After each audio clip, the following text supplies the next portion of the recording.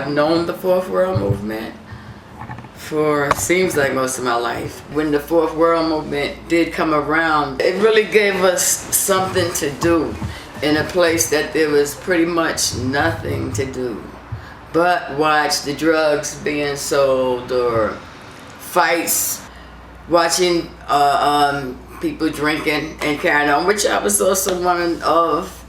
It's like the devil's workshop sometimes until you find something positive to do. That was in the year 2000 with my first International Day when I was helping to organize, and I met people from the movement. That first International Day was an eye-opener because with the UN mostly you have quite formal meetings and events. And that time when we have the testimonies, I think the testimonies are very powerful. That sort of gave me an insight into the kind of things that the ATD Quart Monde was doing. I used to be more active as far as street library and participating in that role of working with the children. But right now, I have another role that seems just as important, and it's more political. It seems like they're involving the whole movement more in a political aspect by this next step with trying to, I think it's moving to getting a seat in the decision-making policy. And I'm just feeling grateful to be a part of whatever's going to be.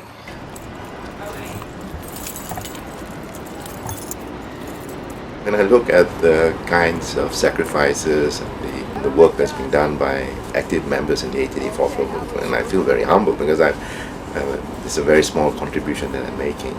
Very often we come with preconceived ideas, especially if you're an academic. You have some preconceived ideas that you know the solution, you work very hard to find a solution. And some of these, when you listen to voices of the poor, what you listen is a very different point of view. And some things which appear very obvious, unless you listen very carefully, you don't catch the point that they're trying to make. I'm a community activist in my area, and from everything I saw from everybody on the panel, you bring into the youths something that they need. Because everybody always has a testimony, whether they know it or not, whether they say it or not. So I had been given the privilege of reading a testimony at the United Nations, and it was just very empowering because these are people's lives, things that happen in people's lives that live in poverty, and to just be the speaker is like, is this really me? And it's just uplifting. Just being there and able to share and having people of importance listening to you, listening to your words coming out, somebody's testimony, somebody's real for live testimony, like a feeling that you can't necessarily totally explain, but that you feel overwhelming completion. Just continue to go on and grow. And I think the ATD Quart Monde movement was quite strong in pushing the UN ahead with the idea of giving voice to people during on the day. In the position that I'm in right now, I have the opportunity to bring some of these ideas about the importance of participation, the importance of taking into account the contributions of people outside the UN to the whole process of reducing poverty and poverty eradication.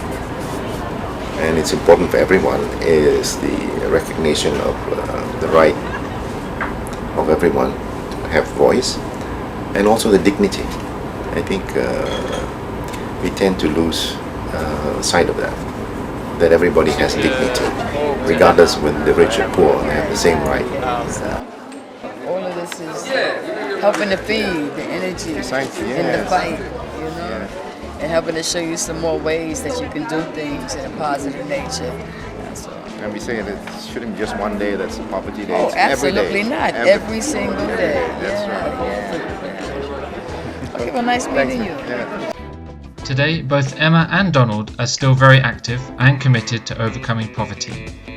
Donald Lee retired from the United Nations in 2011.